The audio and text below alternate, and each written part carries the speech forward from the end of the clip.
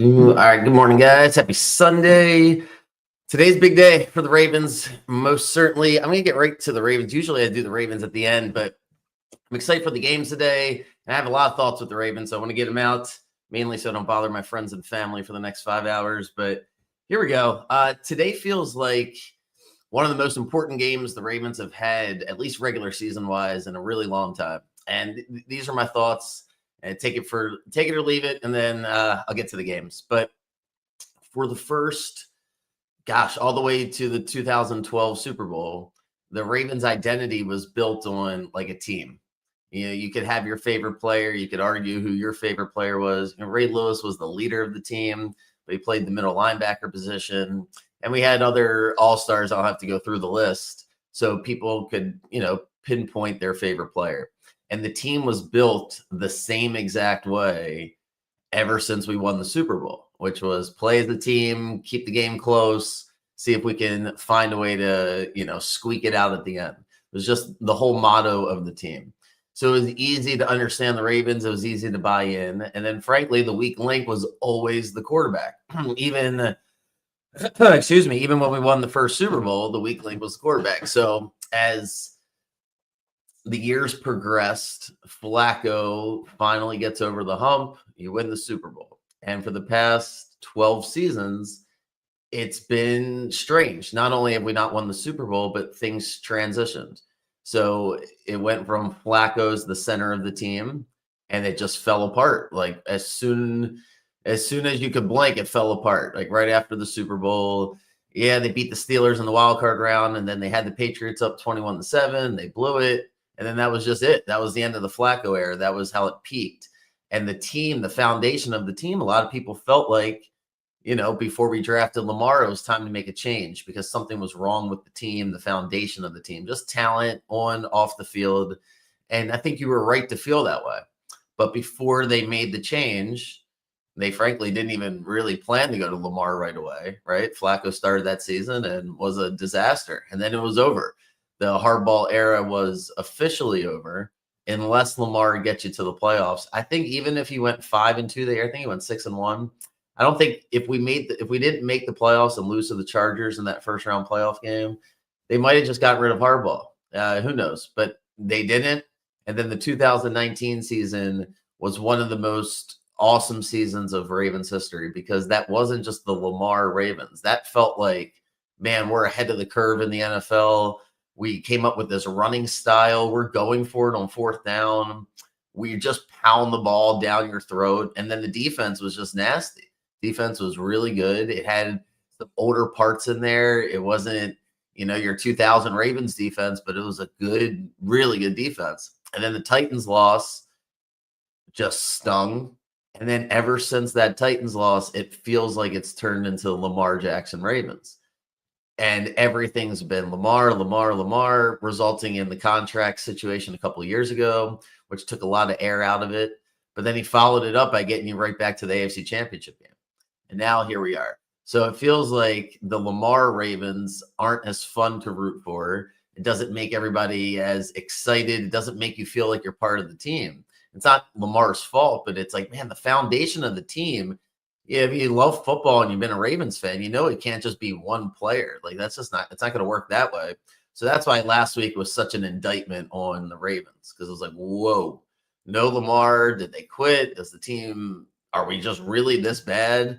Nobody's at the game. Like what the hell is happening? And it all happened pretty fast considering we had Buffalo down by 2 touchdowns not too long ago. So where are we at today? What does that all mean for today? There's still no Lamar Jackson, but there's also no excuses like there was last week with the injuries. They're without Roquan. I think that's a positive. Maybe I'm being a little facetious, but I don't think that's that big of a deal. And no Ricard, that's not great. But, everybody's got injuries. So they're getting Humphrey and Stanley back and Hamilton. And this is an indictment on the 2025 Ravens as much as it is on the Harbaugh Ravens. Because if they get blown out today, if they get their ass kicked, if this game's not competitive, if nobody's at the game, they're going to have to do something in the bye week. And it's most likely going to be Zach Orr, the defensive coordinator. And that's why I said earlier this week, I'm glad they didn't do it. I'm glad they traded Oweh. I'm glad that they decided, hey, you know what? This season's not finished. Maybe we can rebuild this thing on the fly. And if they win today without Lamar in a game that nobody thinks they can win, what that would do for the morale going into Lamar coming back in the bye week. They're 2-4 with a soft schedule. The rest of the league is still figuring it out. So you can see the extremes of either side, depending on how this game plays out today. They get their ass kicked, and does Lamar even want to come back right this second? Does he take an extra few weeks? What's going on? Does Bisciotti panic and let Monken just take over the team? Harbaugh and Monken don't seem to be best friends. If you notice, Harbaugh defers every question to the offense sometimes when he's asked about the defense, it feels like. So there's a lot going on. And all it takes is to win a football game, and everything is, just gets back to reset. We're like, all right, we're just 2-4, and you just know that we're going to make the playoffs at that point. So today means a lot. My prediction is this game's coming down to the wire. I think the Ravens are going to play really, really tight today. I think they're going to play really good defense. I think the Rams are in a bad place after that loss to the 49ers. What a terrible loss. Feels like 6 years ago, but that was, last Thursday.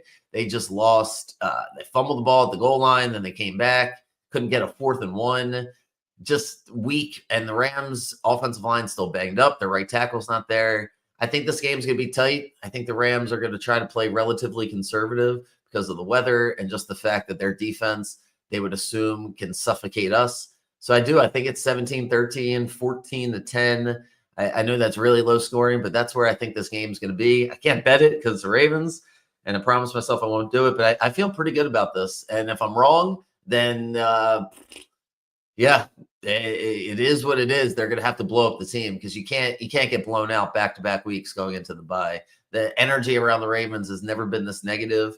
This feels like the one last gasp. I hate to say it, but it feels like what I and everybody else was doing during Orioles season, which is like, all right, maybe now this is the series. Like everybody kind of picks their own series or their own game, and you're trying to talk yourself into it. I know. I admit that's where I'm at today, but we'll say. All right, let's go through the games. Broncos, Jets. I'm just telling you, please be careful. I feel like I'm right about these London games. I just never bet them because I would just do the opposite of what everybody thinks you should do. And these London games always go the wrong way. And it was popular to take the Vikings to destroy Aaron Rodgers. I know it's popular to take the Broncos, at least in the teaser today, or the money line to destroy the Jets. I just would err on the side of caution there. The Jets are not as bad as the record looks like. I know the Cowboys had them destroyed, and then they got some garbage points, but they played Tampa pretty tight. I got a weird feeling about this game. I'm just putting that out there. Be careful. If you haven't bet the Broncos, or if you're in a survivor pool, find a different game. All right, I'm going to go through the games I don't like, and then I'll circle back to the games I do. I got 4 games today. The 5th one was pending, but I won't bet the Cardinals. My gut tells me that the Cardinals keep it close. They're getting 9.5 against the Colts, but I'll leave it alone. It's a weird game. Kyler Murray most likely is not going to play, so Jacoby Brissett's going to play, and that just made me feel like, Brissett's been part of the Colts organization for a while, whatever. He's familiar. I kind of like it, but then I'm like, Jacoby Brissett Sunday afternoon, Colts might beat him by 60. Do I really want to do that? The spread's all the way up to 9.5, but I would be cautious about taking the Colts there because just a weird game. You can't blow everybody out. The Colts did blow out the Raiders last week, and but I'm staying away from it. Also I'm staying away from the games that bit me last week because I'm too pissed off, too emotional about that Dolphins-Panthers game. So Cowboys-Panthers, I got to stay away from that. Feels like the same exact game the Cowboys played last week. They're -3 at a team that everybody thinks they're better than. It's Carolina this week. They destroyed the Jets. They played the Packers really tight. You don't love the personnel with the Cowboys still without CeeDee Lamb, and the defense wasn't great last week as the Jets piled up some points at the end and some yards. The Panthers bit me. I can't believe they came back and won that game. If you told me there's a team, any team in the NFL that's down 17-0 and the game's over, I'm like, I think the Panthers are at the top of the list there. How are they going to come back? If everybody knows you're throwing the ball, Bryce Young's really going to come back, and he did.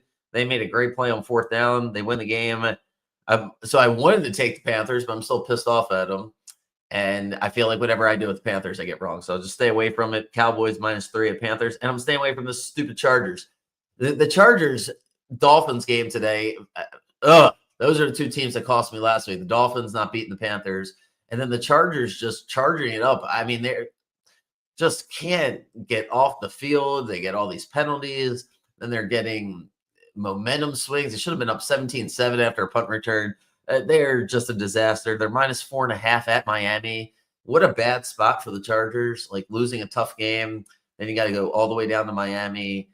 I hate it for them, but this Dolphins team was supposed to get some life. They're supposed to get 2 wins in a row. They had the Panthers. They're up 17-0. They can't close the door there. Both teams hate themselves right now. I don't know who to take in that game, so I got to stay away from it. So the 2 1 o'clock games that I do like, or is it 3 1 o'clock games? I think it's 3 1 o'clock. Yeah, 3 1. Most games are at 1 today. So the 3 1 o'clock games I do like. I make an exception today. I'm allowed to take the Steelers if they play the Browns or the Bengals. Those are the bets each year where I'm like, if they're playing those 2 teams, I'm allowed. This is a terrible spot for the Browns and a perfect spot for the Steelers. So I'll give the 5.5. I probably wouldn't do this in most situations because the Browns hate the Steelers. They're going to play them tight, all those different things. But here's why I love the Steelers today. The Browns, their schedule is just outrageous. I talked about it last week. Their schedule is just ridiculous. They played the London game where the the Vikings got to stay in Ireland, so they were already well rested.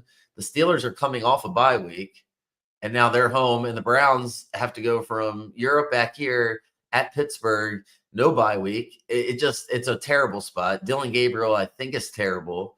I really think he's terrible. I don't know how the Browns score. So I got the under in the Browns total points, and I'll take the Steelers minus the 5.5 today. I don't want to say anything nice about the Steelers, so there we go. That's a fade on the Browns. I love Seattle on the road and hate Seattle at home. Imagine saying that. Like, if there's one team that's completely flipped the script on their home field advantage, it's the Seahawks. They used to be the team where even if they're not great under Pete Carroll, you think they're just going to be great at home.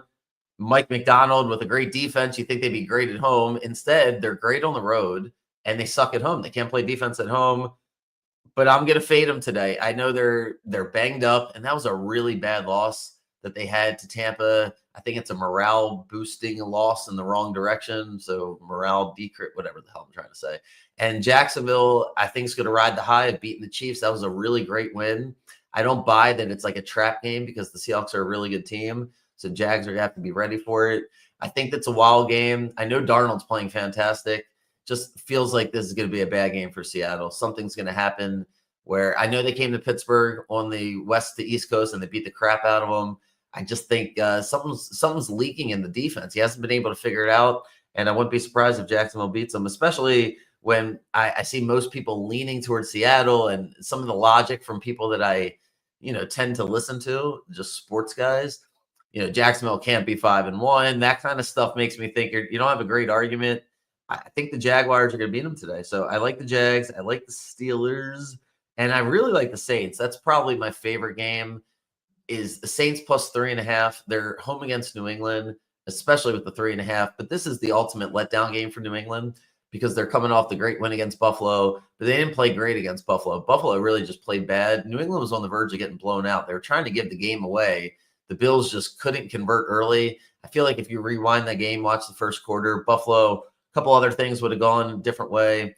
I'm just still not sold on New England. Sold on Drake May being really good eventually, but still his rookie year is going to have some flashes, a couple great throws, but a couple I don't know. And the Saints are in a really good mood because they beat the Giants last week. So that's a great win for them. They're playing solid football. 3.5 feels like way too many for New England. So I'll take the Saints. Skipping the Titans-Raiders game because the Titans and the Raiders, I can't believe the Raiders are favored by -4.5. But the Titans should have gotten blown out by the Cardinals. Instead, the Cardinals gave them the game last week. Titans came back. I would take the Titans if you had to bet because the Raiders can't be favored by 4.5 points. I'm kind of surprised it's 4.5 because I don't know who wants to take the Raiders -4.5. But because of the Titans, who wants to do that either? So if you're betting on that game, God bless you. I don't know what to do with that game. And likewise, probably the best game of the day or the game I'm looking forward to the most. after the Ravens game is going to be, well, the Lions Chiefs tonight, but the Niners Bucks this afternoon is a great game because I don't know how good this Niners team is. I had the Niners to beat the Rams last week. I really thought they could have actually won the game, but I had them definitely to cover. So I wasn't shocked of their performance, but I'm still not sure. Like Mac Jones got away with a couple, so I could see them getting blown out by Tampa. Like it wouldn't shock me if the Niners only won 8 games this year. It's still not there. Something seems like I want to take Tampa minus the 30.5. Maybe I'll get there by the time it's only 8 o'clock this morning. I'm not sure. But the reason I'm hesitant to do it is because of all the injuries for Tampa. The fact they win all these close games. I don't like 3.5. It feels like too many. And just they're banged up. And I don't know. It's a lot going on in that game. So I'm probably just going to stay away from it. But I don't know if I'm sold on the Niners. Like nothing in that game is really going to surprise me. I think long term, I'm much more bullish on the Bucks than I am the Niners. And I'm going to bite the bullet today and take Joe Flacco. So in the last game, I'm taking the Bengals. 14.5 points is unbelievable. I can't believe the Packers are favored by that many points. So it is a fade against the Packers. It just, it's in Green Bay. I get it. But Flacco's, got to see the defense a month ago, which you could say is helpful for the Packers, helpful for Flacco. Depends on how you look at it. But I just think the Bengals are going to play way better because Jake Browning is a net negative. I think Flacco is going to be able to get the ball to those receivers. It's probably the best place he could go as far as weapons are concerned. Yeah, the offensive line sucks. I see the argument for 14.5 if the game got out of control. But something tells me the Packers coming off a 40-40 bye, they're not going to fix everything. So, yeah, they'll probably win, but it feels tighter than you would think. Plus, it's the game that everybody's going to want to tease. You put in a 10-point teaser. I don't like that. I know the Bengals can't cover a single spread. They're just being a disaster since Burrow went out. But, be careful. So I'm going to take Bengals. I'm going to take the Saints. I'm going to take the Jaguars, and I'm going to take the Steelers. Tonight, I'm going to have a bunch of props on the Lions Chiefs. But as far as the game's concerned, feels like a 50-50 game, but I feel like it's going to be an offensive game. I feel like both teams are going to want to come out. That's my read right this second. So I'll see what the props look like, see if they align. I know you're going to pay for inflated props in a Chiefs-Lions game regardless, but especially a standalone game. So keep that in mind. Good luck if you're going to the Ravens game. You're a better person than me. I think I don't know what the weather's going to do. Who knows? But good luck. The game it's going to be interesting one way or the other. So a lot to talk about in the morning. And I'll see you guys put the bets out here in a minute. And cool. Have a good day. See ya.